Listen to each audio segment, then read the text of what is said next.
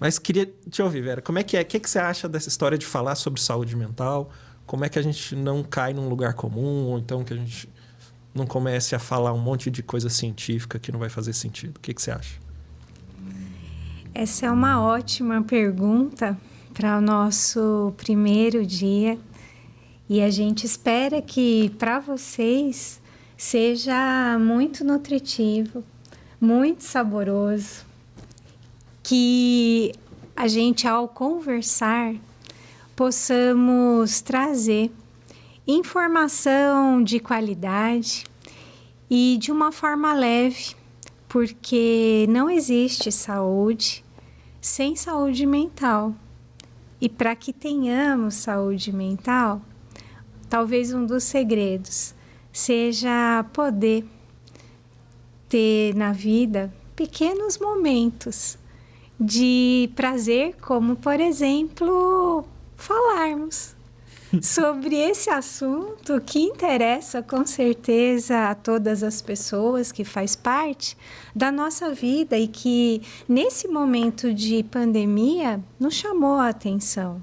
Como anda a nossa saúde mental, o quanto temos nos permitido olhar para nós, para as nossas necessidades, para aquilo que faz sentido, para as coisas que são verdadeiramente importantes e que talvez ao longo da nossa vida nós tenhamos aprendido que não podíamos nos expressar, tínhamos que estar sempre bem e fomos colocando para debaixo do tapete emoções, coisas que não estávamos digerindo e que num momento de dificuldade maior pela qual todos nós passamos, foi um momento em que talvez os psiquiatras receberam uma demanda maior em função de, ao longo da vida, não termos sido educados para olhar para isso.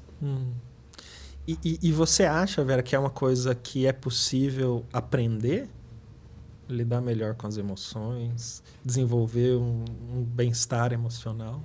Com certeza. Se não fosse assim, eu não teria feito uma jornada ao longo da minha vida acadêmica, indo para as unidades de saúde, para poder trazer uma experiência para o Brasil, para as unidades de saúde, do quanto a partir de coisas muito simples, que nós vamos com certeza ter momentos para explicar um pouquinho melhor sobre mindfulness, de estarmos presentes, ou de levarmos essa qualidade de atenção para a alimentação, de podermos aprender a desconstruir crenças, um jeito às vezes de viver que não nos ajudou, por exemplo, a cultivar essa saúde mental.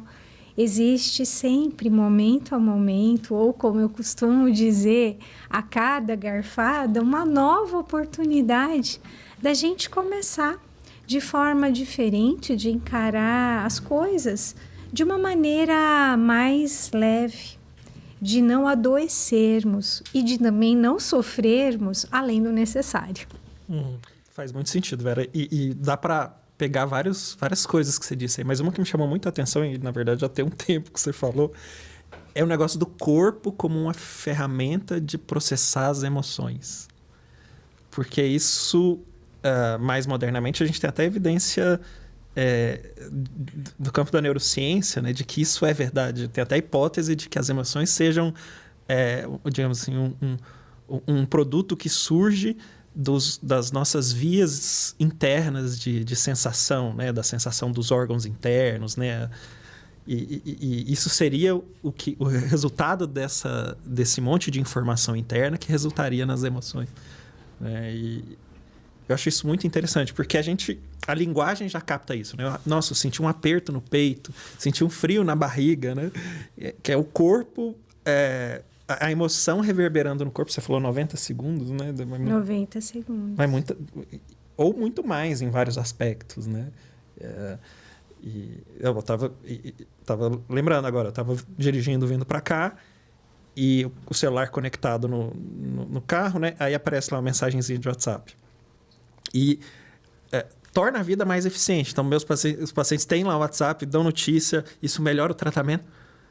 Mas aí vem uma mensagem e você fala, putz, esse paciente piorou. Nossa, meu Deus do céu. E eu lá dirigindo, nem olhei a mensagem. Né? Eu acho que eu não me recuperei até agora.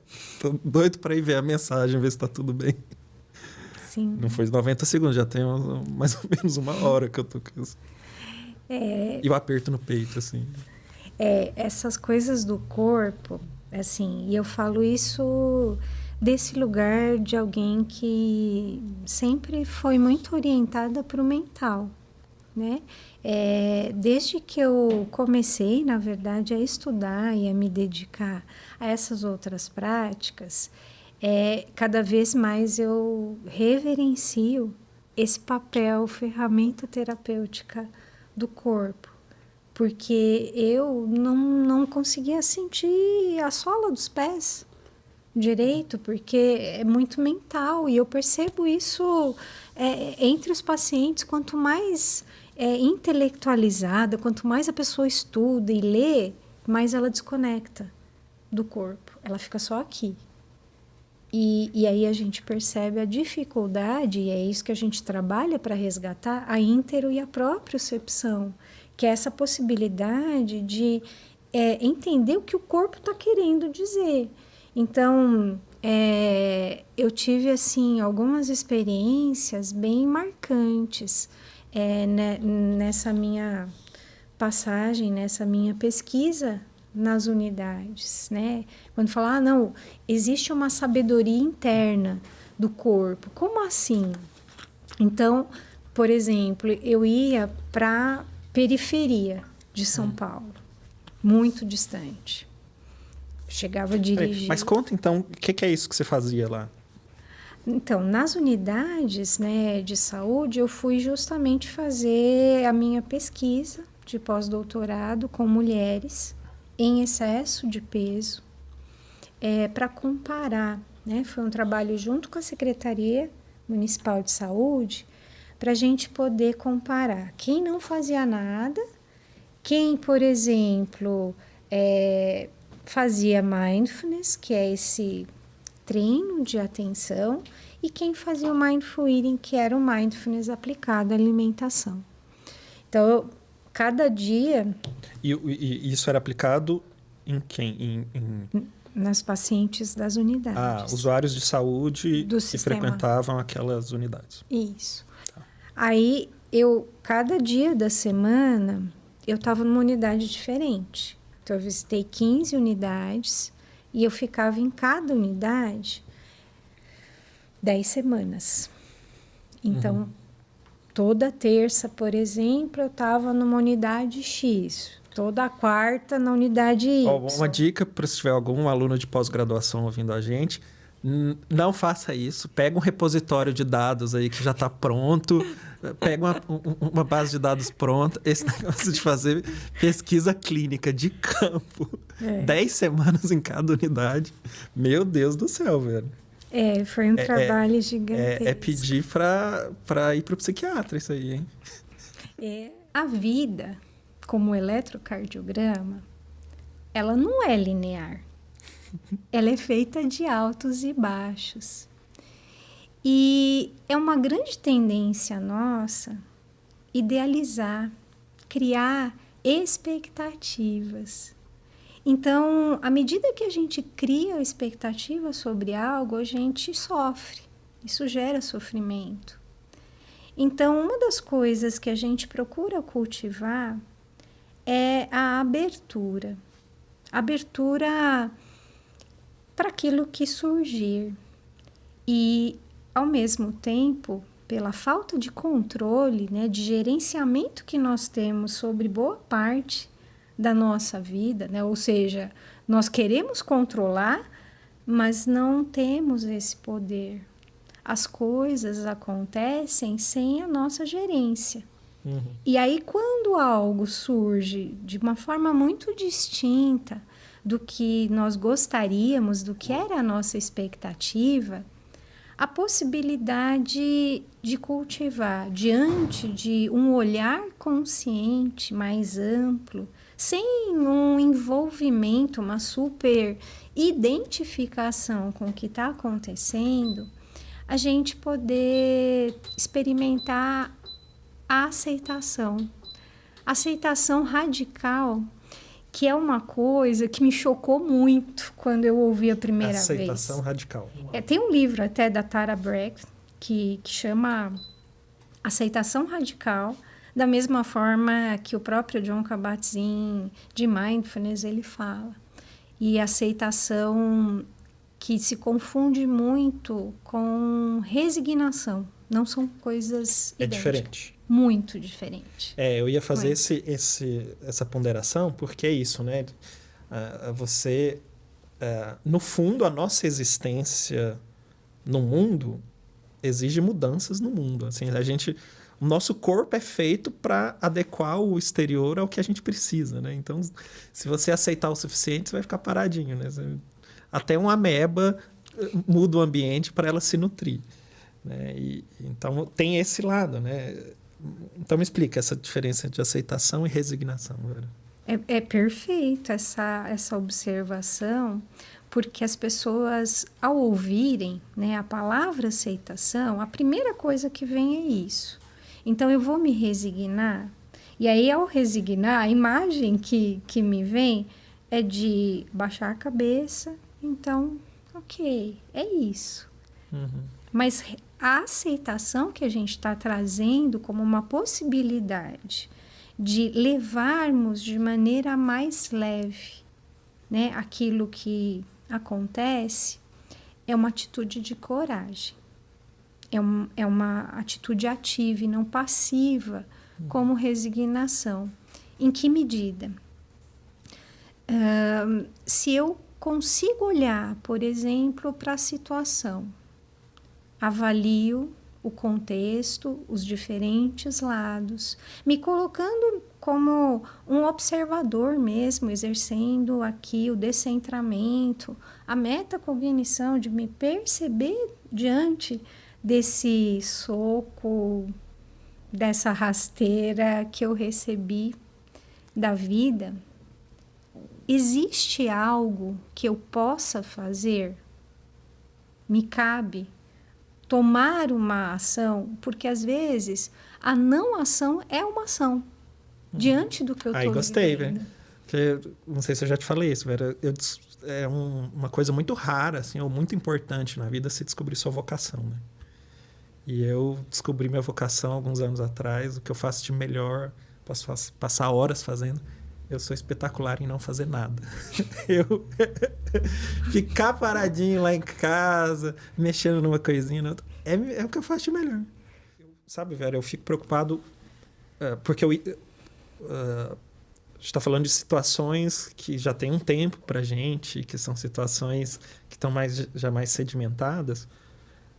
Mas esse caminho pode ser muito longo, muito difícil.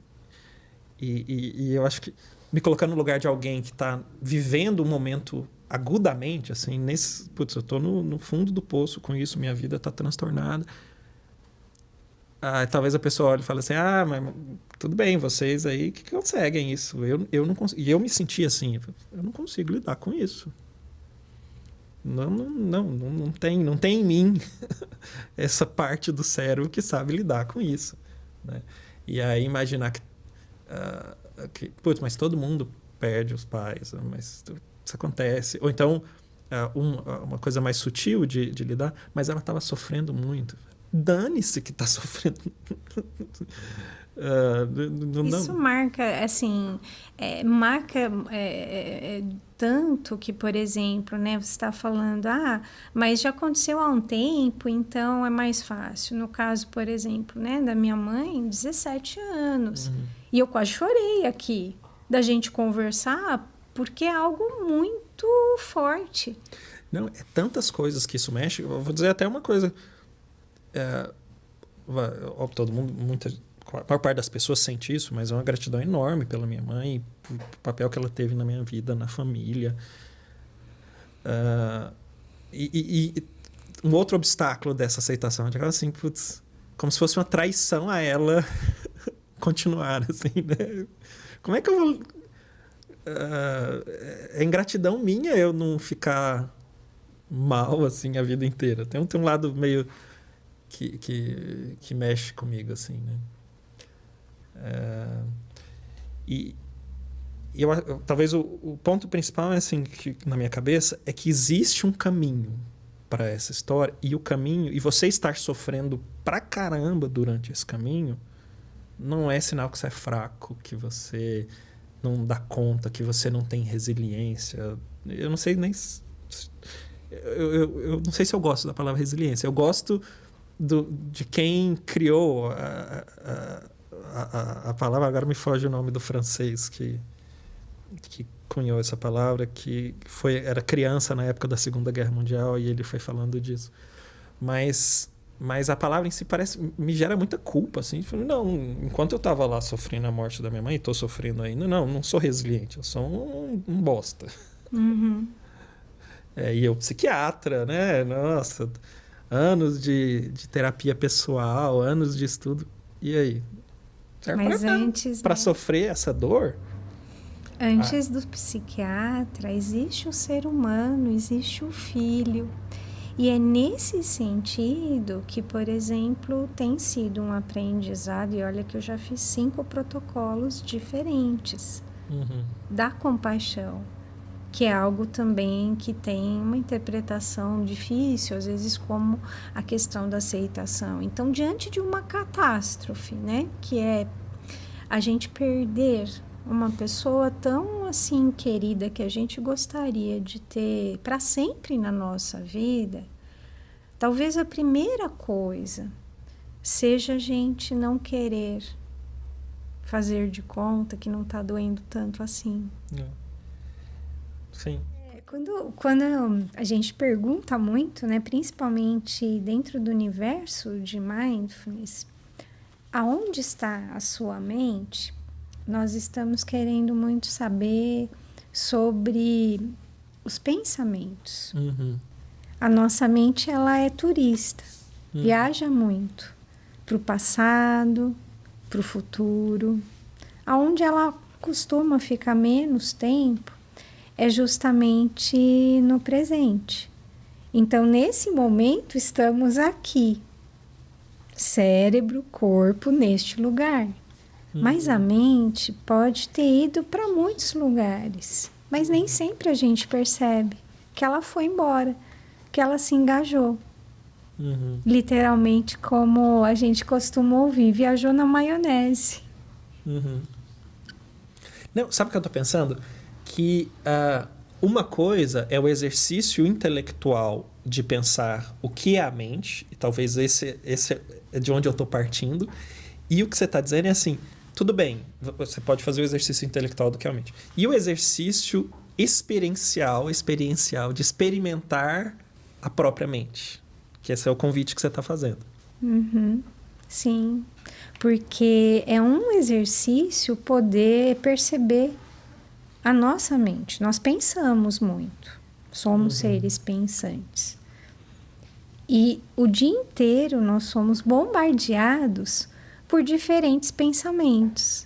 Mas é muito interessante que quando a gente para, por exemplo, para avaliar, deixa eu olhar para a mente, deixa eu perceber os pensamentos, é como se fosse uma brincadeira de esconde-esconde.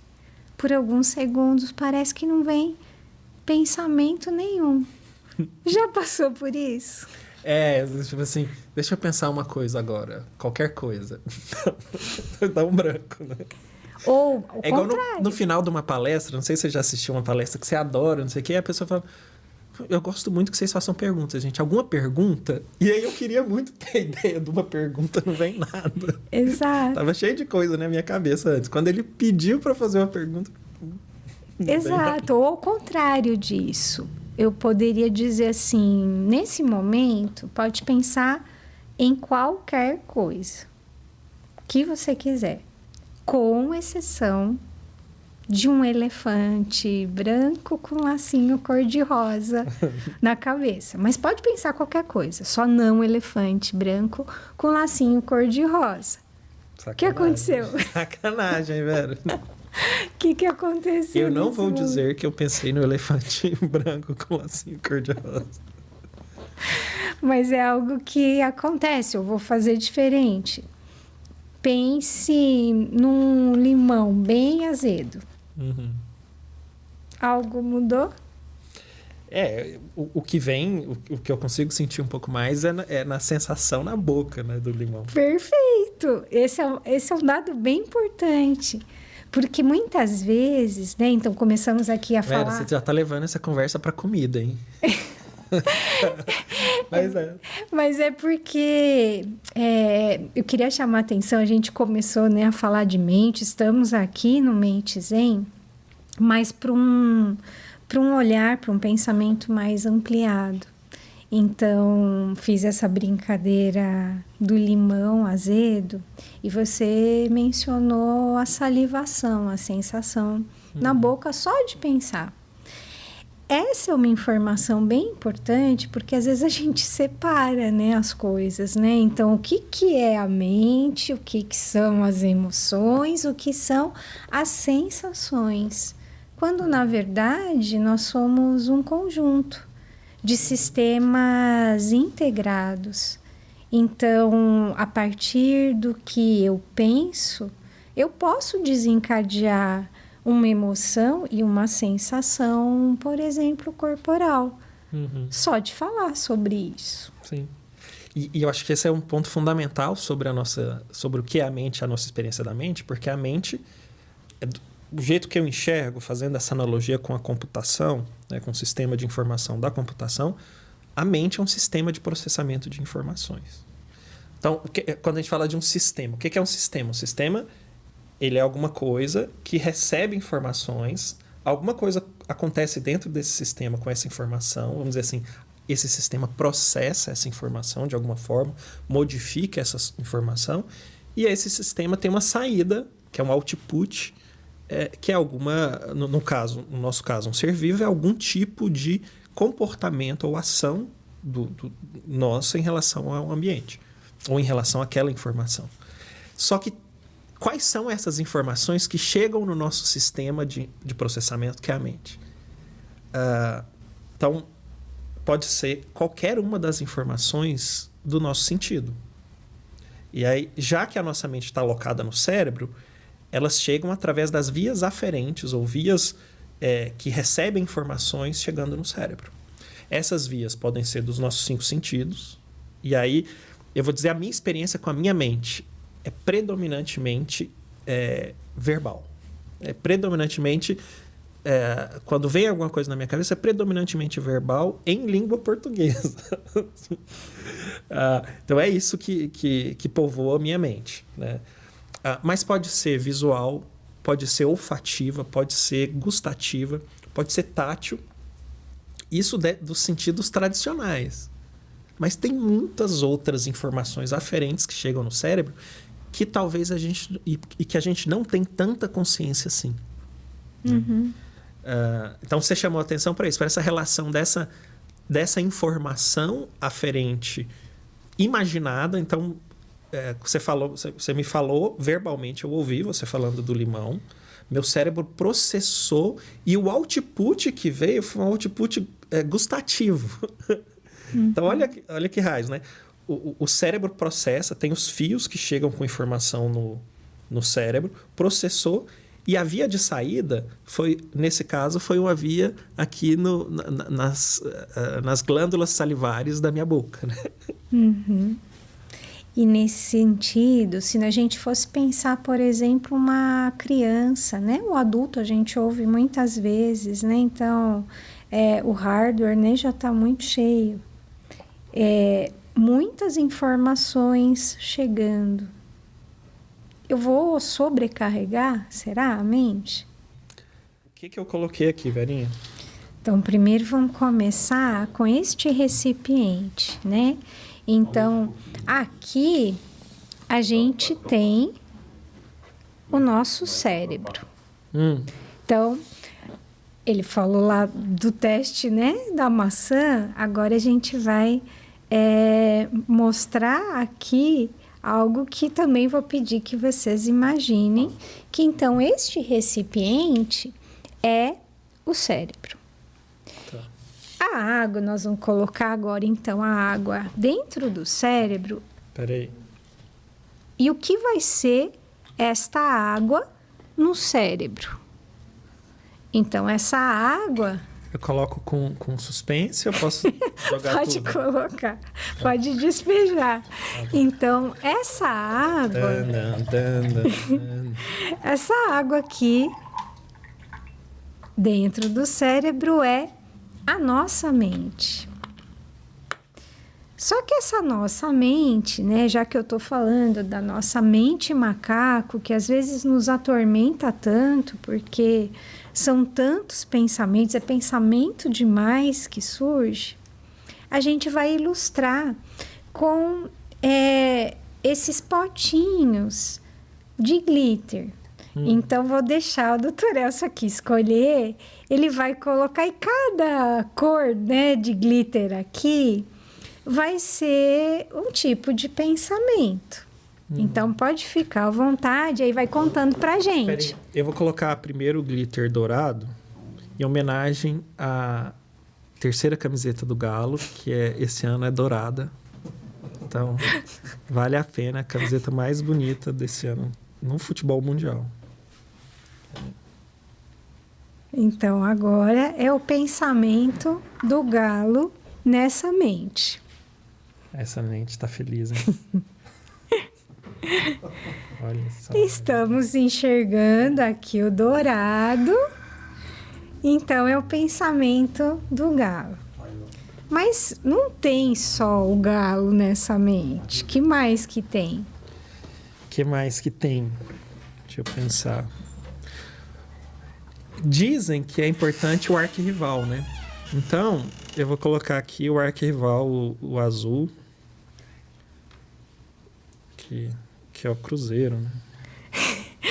Então, a gente está vendo aí o dourado, que é o Galo, a gente está vendo o azul, que é o Cruzeiro, mas são 50 mil, 70 mil pensamentos por dia, então tem muita coisa para colocar nessa mente. O que vai entrar? Eu vou colocar esse vermelho aqui. Vermelho tem... a gente toma decisões difíceis, né? Que muitas pessoas não entendem. Então, todas as pessoas que tiveram sentimentos negativos, assim, que eu, de certa forma... Raiva. E, de verdade, um dos meus vieses, assim, eu gostaria muito que as pessoas gostassem de mim, sabe, velho? Eu não nasci para ser tirano. Mas as decisões difíceis deixam marcas, né, nas pessoas também. Sim, e todos nós queremos ser aceitos, né?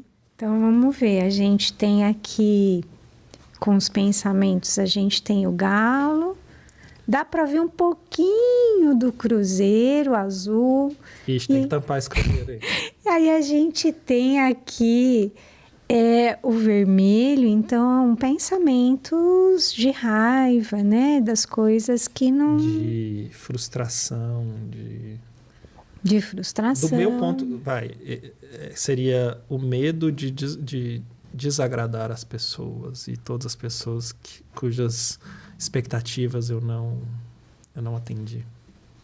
Expectativa, mas é uma outra história, gera sofrimento, né? Então, não é também só isso. O que mais tem nessa mente? Deixa eu ver.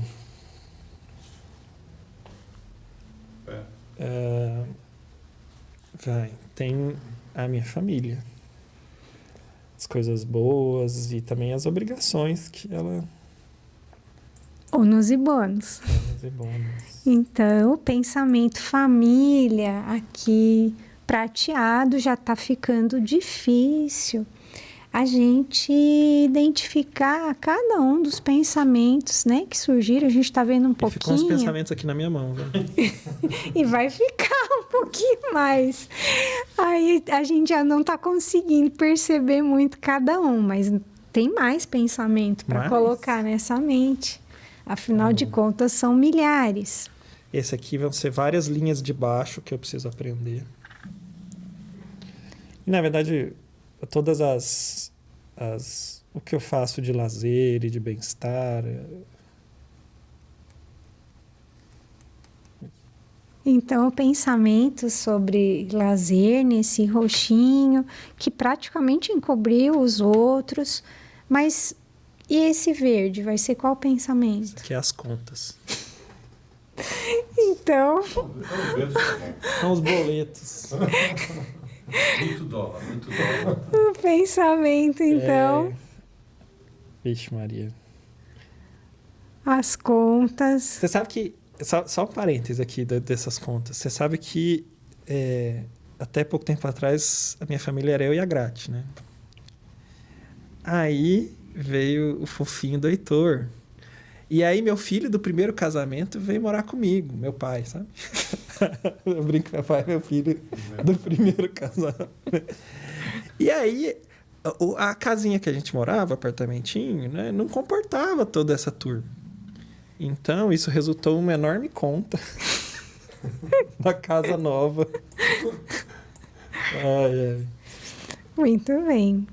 Então agora eu vou te pedir para que você misture bastante aí todos esses pensamentos, né? Porque a gente tem muitos pensamentos, a mente macaco vai pulando de galho em galho. Então vamos misturando, vamos misturando. É o carnaval da minha mente. E aí, olha só, o que acontece, né, com a gente no dia a dia? Então, assim, tem a lembrança do galo, tem a concorrência aí do cruzeiro, tem também aí a questão da família, tem as contas para pagar, tem lazer, tem memórias do passado, planejamentos futuros. A nossa mente, muitas vezes, ela fica assim, nesse emaranhado de coisas, então pulando de galho em galho. Aí vamos parar um pouquinho de mexer. Quando a gente, por exemplo... Foi mal, gente. Se permite pausar um pouco, não é que a nossa mente vai ficar vazia. Mas o que está mudando quando a gente se permite essa pausa, esse decantar? A gente está vendo que todo esse glitter, ele está vindo aqui para o fundo, mas dessa forma a gente consegue ter uma percepção melhor. É como se a nossa mente ela ficasse mais limpa, nos permitisse essa percepção mais refinada. O ponto inicial é o que é um hábito? Né? Todo mundo tem um conceito intuitivo do que é o hábito, né? Mas falar da definição é muito interessante porque a definição precisa ser criteriosa, né? Então, a gente tem uma ideia do que é um hábito, mas na prática, eu vou dizer a minha definição de hábito é um comportamento que você faz de maneira relativamente repetida e quase automatizada. Então, esse é a minha definição de hábito. Se é um comportamento que você precisa pensar, fazer um esforço, agora eu vou fazer isso, aquilo, não é um hábito ainda. O hábito, por definição, ele se torna quase automático. Né? É parecido com sua definição, Aninha? O que você... Eu estava justamente pensando nisso, né? Desse não fazer esforço, de ser algo orgânico, né? Que é incorporado.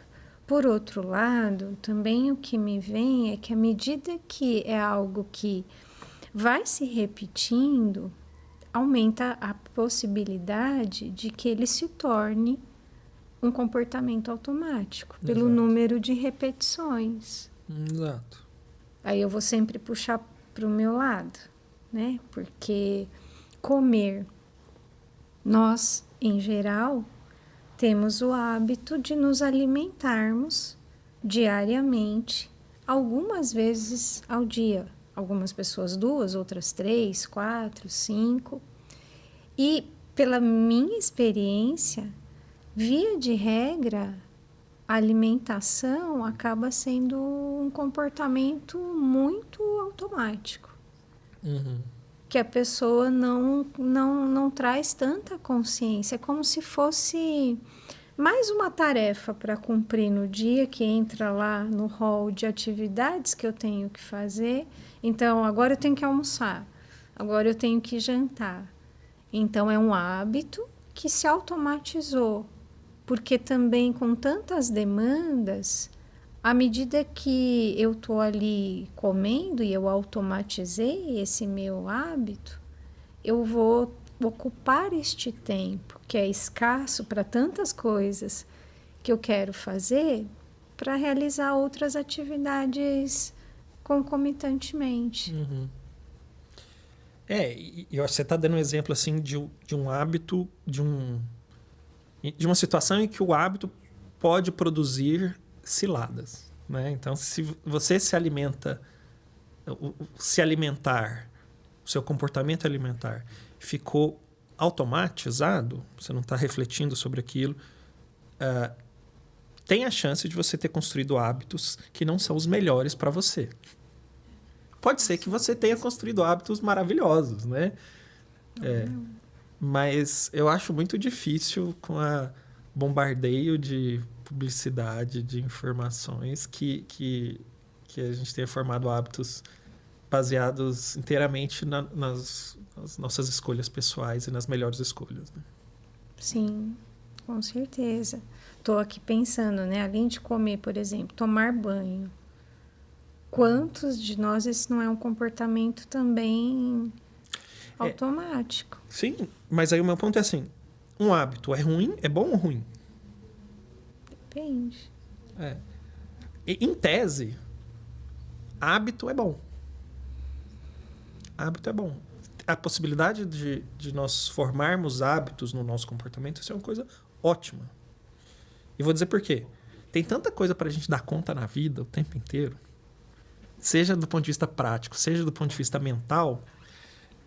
Se você tivesse que fazer todas as reflexões sobre cada instante, sobre cada decisão, sobre cada comportamento, então seria impossível viver. Pensa o seguinte, estou eu e você aqui falando, né? Eu estou falando um monte de coisa. Olha que tarefa complexa que é aprender um idioma. Buscar as estratégias disponíveis para mudar aquele comportamento.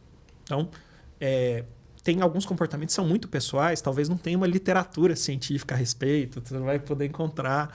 Mas tem muitas coisas que são. Parar de fumar. Tem um monte de estratégias já com evidência científica. Então, você pode buscar na internet, conversar com pessoas que pararam de fumar. E, de preferência, que pararam de fumar e sustentaram isso. Mas também não adianta falar com quem parou há 20 anos, porque a pessoa às vezes nem lembra assim tão bem, né? Fala, não, é porque eu sou foda mesmo. Quando eu decido, eu faço. Malandrão, você não lembra, tanto que foi difícil, né? Meu pai parou de fumar, segundo ele, fumou dos 13 aos 30, lá vai cacetada. Que aí teve uma reunião, eu e meu irmão, né? Eu com 7, meu irmão com 11, pregamos lá na casa, assim, um monte de papelzinho assim. Reunião familiar hoje às 19 horas. Reunião familiar, não sei o quê. Aí, pai, essa reunião aqui é pro senhor parar de fumar. Aí ele ficou super emocionado, assim, chorou, tal. Vou parar de fumar. Jogou o cigarro tudo fora. 3 horas da manhã, tá ele acordando desesperado, saiu correndo pra comprar cigarro. Então, assim, as histórias bonitinhas não são aquelas que funcionam, né? É bom para contar a história. Mas tem coisas parecidas, né? Eu tenho um paciente que descreveu assim, putz, sabe quando é que eu decidi de verdade, assim? Tava indo buscar meu filho na escola. Tava chovendo pra burro. Eu vi ele ali me esperando, só que eu tava sem cigarro. Percebi que eu tava sem cigarro. Eu dei a volta, deixei ele na chuva, parei na padaria e voltei para pegar ele. Aí ele falou assim, putz, não, decidi. Para essa pessoa, apesar dela ter feito isso, o valor família era fundamental. Assim, isso foi a gota d'água. Falou assim, não cabe mais na minha vida esse comportamento. Então, procurar as estratégias. Então, você pode conversar com pessoas que mudaram esse comportamento, pode conversar com pessoas que são especialistas em mudança de comportamento e saber que não é porque algo funcionou para outra pessoa que vai funcionar para você. E também tem esse passo agora de sempre valorizar o seu feeling das estratégias. Tem algumas estratégias que o profissional tem como carta na manga. Assim, para todos os pacientes eu proponho isso. Então, eu tenho uma dessas, né? Proponho. E aí, se aquilo não faz sentido para o paciente, a gente busca outras, né? Mas tem alguns comportamentos que, assim, não são tantas as opções do profissional, assim, né? Aí tem uma vez que eu perguntei para... Olha, para a pessoa, né? Para o paciente, diante disso que você está me falando, o que você acha dessa ideia? Aí eu falei assim, não faz sentido para mim, não. Aí eu não tinha mais nada no meu arsenal, né? Não, mas aí eu falei, tá bom, mas beleza, o que faz sentido para você? E aí, esse é um desafio para o profissional, que é assim, você vem com o seu conhecimento, você acha que você... Mas nessa hora de mudança de comportamento, você tem que zerar o que você acha que é certo e ir no feeling da pessoa, porque é aquilo que vai funcionar. Óbvio, se for o feeling assim, a pessoa estiver fazendo algo que claramente coloca ele em risco, aí eu vou dizer, eu falei, olha, eu entendo que faz sentido para você, mas posso te falar assim uma parte técnica que eu acho importante? Tem risco de vida isso que você vai fazer, né? Mas um pouco para dizer que você tem que valorizar muito o seu feeling, né? Para montar essa estratégia. Eu vou te dizer o que estava na minha cabeça de emoções difíceis. Vou pelo exemplo, assim.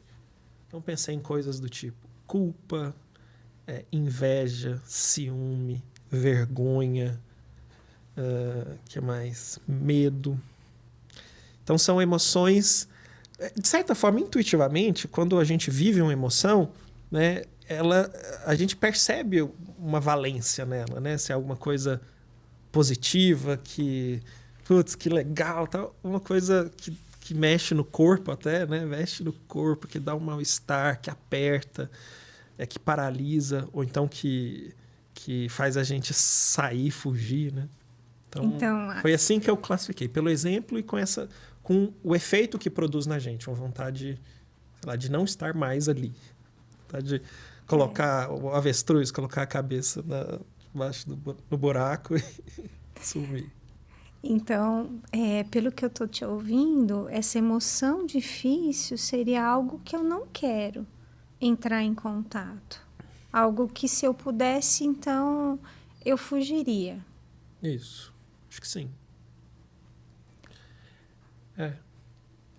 É o impacto de viver aquela emoção difícil.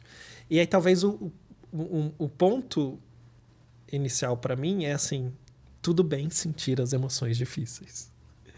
Elas são parte importante da experiência humana, né? Nosso cérebro ele tem uma fiação aqui, ele está ligado para sentir essas emoções, e essas emoções são fundamentais para a sobrevivência. A gente estaria morto se não fossem essas emoções, né? O que não torna senti-las mais fácil. Sim, com certeza. Esse é o ponto. Então, saber da importância dessas emoções, saber que você pode viver, mas não achar que, tudo bem, agora eu sei que elas são importantes, vai ser fácil sentir quando eu sentir raiva. Vai ser fácil quando eu tiver ciúme. Não vai ser fácil. Vai ser difícil da mesma forma.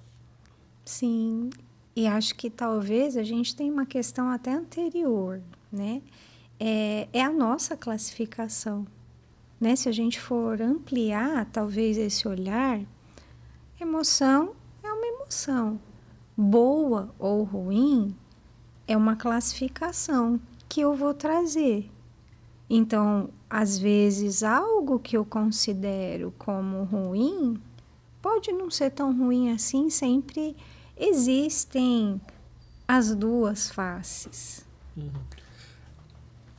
Concordo parcialmente, Vera, porque assim, quando eu tô tendo isso que eu chamei de emoções difíceis, elas são difíceis de viver. E não tem meias palavras. Você está classificando ela como difícil ou negativa. Não, ela é. Ela é ruim. Né? Eu não falei de tristeza, mas também entra nesse bojo. Né? Eu tenho a impressão que tristeza a gente fala com mais frequência nas nossas conversas e não me ocorreu quando eu fui dar os exemplos. Mas ciúmes, inveja, talvez... Aquela emoção da novela das 8.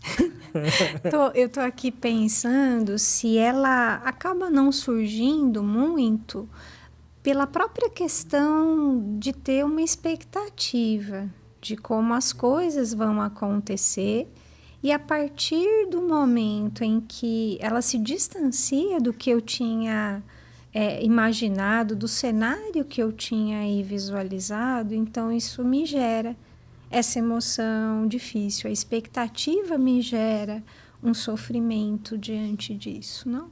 Uhum. Eu acho que tem esse lado, né? Tem um outro jeito de falar que não expectativa, que às vezes você cria uma ilusão de como as coisas vão ser, né? E aí você fica desiludido.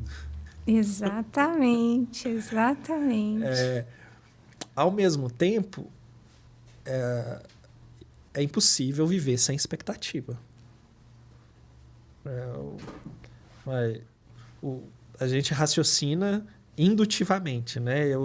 Se as coisas estão caminhando desse jeito, eu faço uma previsão que vai ser de tal forma. Isso é uma expectativa que não é uma expectativa... É quase automático do nosso cérebro. O cérebro é um gerador de cenários, assim. Ele vai criando esses cenários. Então, não há como fugir, pelo menos... Você pode tentar fugir das ilusões, né? Mas fugir das expectativas é provavelmente impossível, né? Então, como lidar com as emoções difíceis? Você está falando de algumas estratégias para preveni-las, né? Ou para diminuir a intensidade dessas emoções. Entendi bem? Talvez um estilo mesmo de viver, no sentido de poder acolher o que surge, porque deste lado de cá talvez haja uma abertura maior para aquilo que pode vir, né? Então, se eu espero, por exemplo, de alguém um determinado comportamento, estou centrada, né? E eu estou iludida que será daquela forma, e se isso não acontece, isso pode realmente me ferir, me trazer emoções muito difíceis de lidar, né? Desagradáveis. Mas se eu trouxer a possibilidade de a pessoa pode agir desta forma ou de outra, eu tenho a dúvida. Eu não estou tão iludida sobre aquilo, por exemplo, que virá. Então, talvez isso... Um jeito de encarar as expectativas que vai te como deixar possibilidades. Menos vulnerável. Acho que sim. Menos vulnerável para as emoções difíceis. Acho que sim. Agora, eu quero ir na ferida. Eu quero assim, não, tudo bem. Tinha lá poucas expectativas, eu não estava iludido, mas estou sentindo essas emoções difíceis e não tenho o que fazer. Então, vamos tentar agora pensar ao sentir essas emoções difíceis, né? Porque o sentir também nem sempre é uma coisa fácil, né? Às vezes a gente pensa. Pensar, nós pensamos bastante. Mas esse sentir pode ser algo mais complexo. Então, quando eu falo de sentir emoções difíceis, qual é a imagem, a sensação que vem para você? Olha, na minha experiência comigo mesmo, e eu só conheço... eu sou psiquiatra, então eu atendo pessoas que estão falando das emoções, etc. Mas viver as emoções em primeira pessoa é uma experiência de cada um. Então, isso é muito curioso, né? Eu me sinto muito capacitado para conversar com o paciente, para discutir as questões difíceis, mas isso não necessariamente me capacita para lidar com as minhas emoções. Perfeito. De forma nenhuma. E eu percebi isso muito, muito rapidamente no meu processo de... Enfim, eu faço... como muitos profissionais da saúde mental, você entende que você precisa afinar o seu instrumento, né? O nosso instrumento é a mente, são as emoções, e afinar é você fazer um processo da sua terapia pessoal, né? E eu percebi isso muito rapidamente na minha terapia pessoal, que eu estava recém-saído ali da minha formação, cheio de conteúdo, assim, me sentia o cara que sabia mais do mundo de saúde mental, de emoções. E aí, depois da segunda, terceira sessão, eu falei assim, putz, serviu, isso que eu sei não está facilitando o processo. Porque eu sei que você é ultra, mega fantástica em mindfulness. E eu sei que em mindfulness você tem algumas ferramentas que podem ajudar em momentos de crise para se acalmar. Ou não? Bem, a gente tem sim, eu ia até comentar sobre isso. Então, quando a gente fala de emoção, a primeira coisa, e isso não é só do mindfulness, é nomear. Uhum. Então, qual é a emoção que eu estou sentindo nesse momento? O nomear facilita a gente se desprender dessa emoção. O problema é que muitas vezes eu nem sei dizer o que eu estou sentindo. Então, nomear é uma estratégia. Uhum. O que eu estou sentindo? Me perguntar. É raiva? É medo? É angústia? É tristeza? Uhum. Isso pode parecer simples, né? Nomear, colocar etiqueta sobre o que eu estou sentindo. Mas não é. Porque normalmente, por incrível que pareça, quando a gente conversa com muitas pessoas, existe uma confusão entre o que é o sentimento, o que é a sensação e o que é o pensamento. Está tudo misturado. Então, de emoção, a gente nomeia. Estou sentindo, por exemplo, raiva. Estou sentindo angústia. É um passo. Outra possibilidade é, ok, é raiva, é angústia. O nome que eu dei para essa emoção, aonde essa emoção está? Em que lugar do meu corpo? Tá, focado no corpo. Tá na minha cabeça? Tá no meu ombro? Tá no peito? Em que lugar do corpo eu percebo essa emoção? Então, pode ser no coração, eu tenho taquicardia. Pode ser nas mãos, então eu posso ter uma agitação. Eu localizo. Quando eu localizo no corpo, eu dissipo essa emoção. Essa emoção no corpo, ela vai ficar em torno de 1 minuto e meio. Ela não vai ganhar maiores proporções, por exemplo, se eu ficar só nesse eixo. Coração e mente. Coração e cérebro. Se eu só ficar aqui, eu vou superalimentar esse processo. Porque eu tenho uma emoção. Mas por que eu estou assim? Eu começo a pensar. Ao pensar, eu gero outra emoção. Eu vou aumentar o processo. E aí só lembrando do cenário. Eu estou com um problema X que meu cérebro processou e interpretou como um problema. Isso desencadeou uma emoção. E eu estou angustiado com essa emoção. E eu tenho um trabalho prático de resolver o problema que eu identifiquei, mas essa emoção mexeu tanto comigo que eu não estou nas minhas melhores condições para resolver o problema Com certeza. prático. Então, a gente está nesse momento, nesse cenário em que como é que eu faço para retomar algum equilíbrio e capacidade de agir. Então, você falou nomear a emoção. E é curioso, não é fácil, né? Não. Não é fácil porque todos nós estamos familiarizados com o conceito de dicionário das emoções, né? Mas a emoção vivida, experimentada pessoalmente, ela é um outro bicho, assim, ela é uma outra história do que é o que está escrito no dicionário, ou de reconhecer a emoção no outro. Você facilmente reconhece a raiva no outro, né? Agora, em você, ainda pega alguma coisa assim. Parece que você tá com raiva, né? Que raiva o quê, rapaz? Não me enche o saco. Você que tá com raiva. É que emoção também é algo que, de maneira geral, é muito reprimido em nós, né? Então, por isso o termo somos analfabetos emocionais. O sentir, muitas vezes, não é tão bem visto. Então, a gente não reconhece que sente, muito menos sabe o que sente. Não consegue nomear. E quando a gente fala, então, de corpo, pior. Porque o importante é pensar. Porque é a cabeça que planeja, que decide, mas é ela também que complica, porque cria cenários que não são reais, cenários catastróficos, de situações que muitas vezes nunca vão ocorrer, mas a gente embarca nessas histórias, se a gente não tiver atento, se a gente não tiver percebendo. Então, o corpo é mais do que apenas a vitrine a ser exibida no mundo. Ele é uma forma de expressão. Então, por exemplo, vou fazer uma pergunta para você. Pode fazer. Você veio de preto. Normalmente você tá de branco.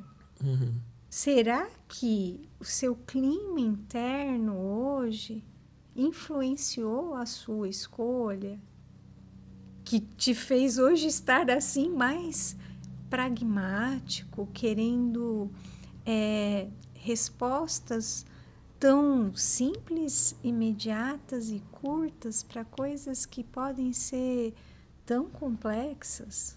Sem pensar, sem querer, será que foi uma forma de expressão do seu universo interno? Olha, acho que talvez, né? Acho que, sim. Não que tenha nada, não, mas talvez tenha uma sensação, Leninha, assim, das nossas conversas que assim, a profundidade é importante e eu tenho certeza que é importante, essa compreensão é importante, mas ter ferramentas para aguentar também é importante, assim. Então, hoje eu vim com esse clima de ferramentas para aguentar.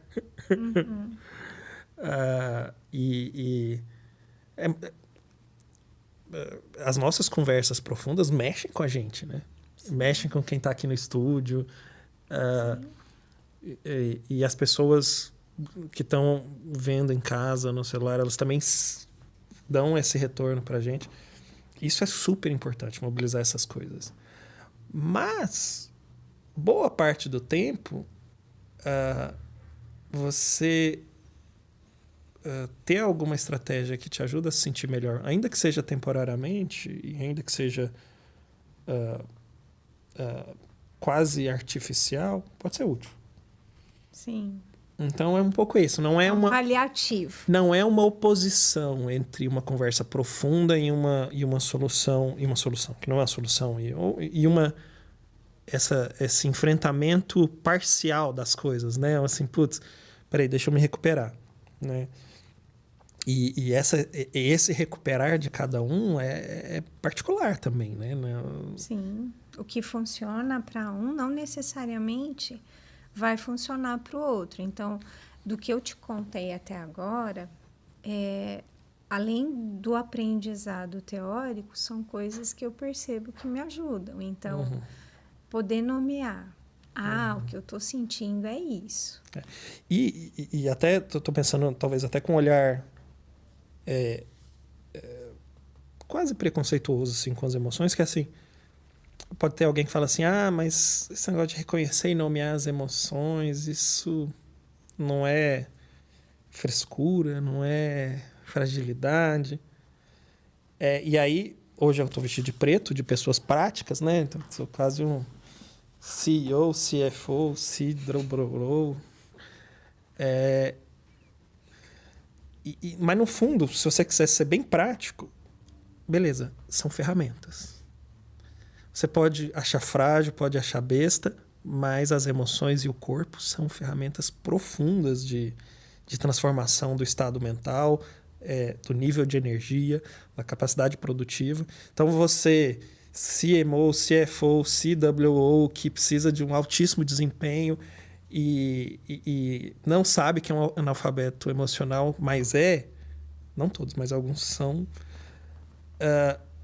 pode se beneficiar também dessas estratégias e dessa linha de raciocínio, de assim, usar essa ferramenta para aumentar a sua capacidade de utilizar essa máquina maravilhosa que é você mesmo, né?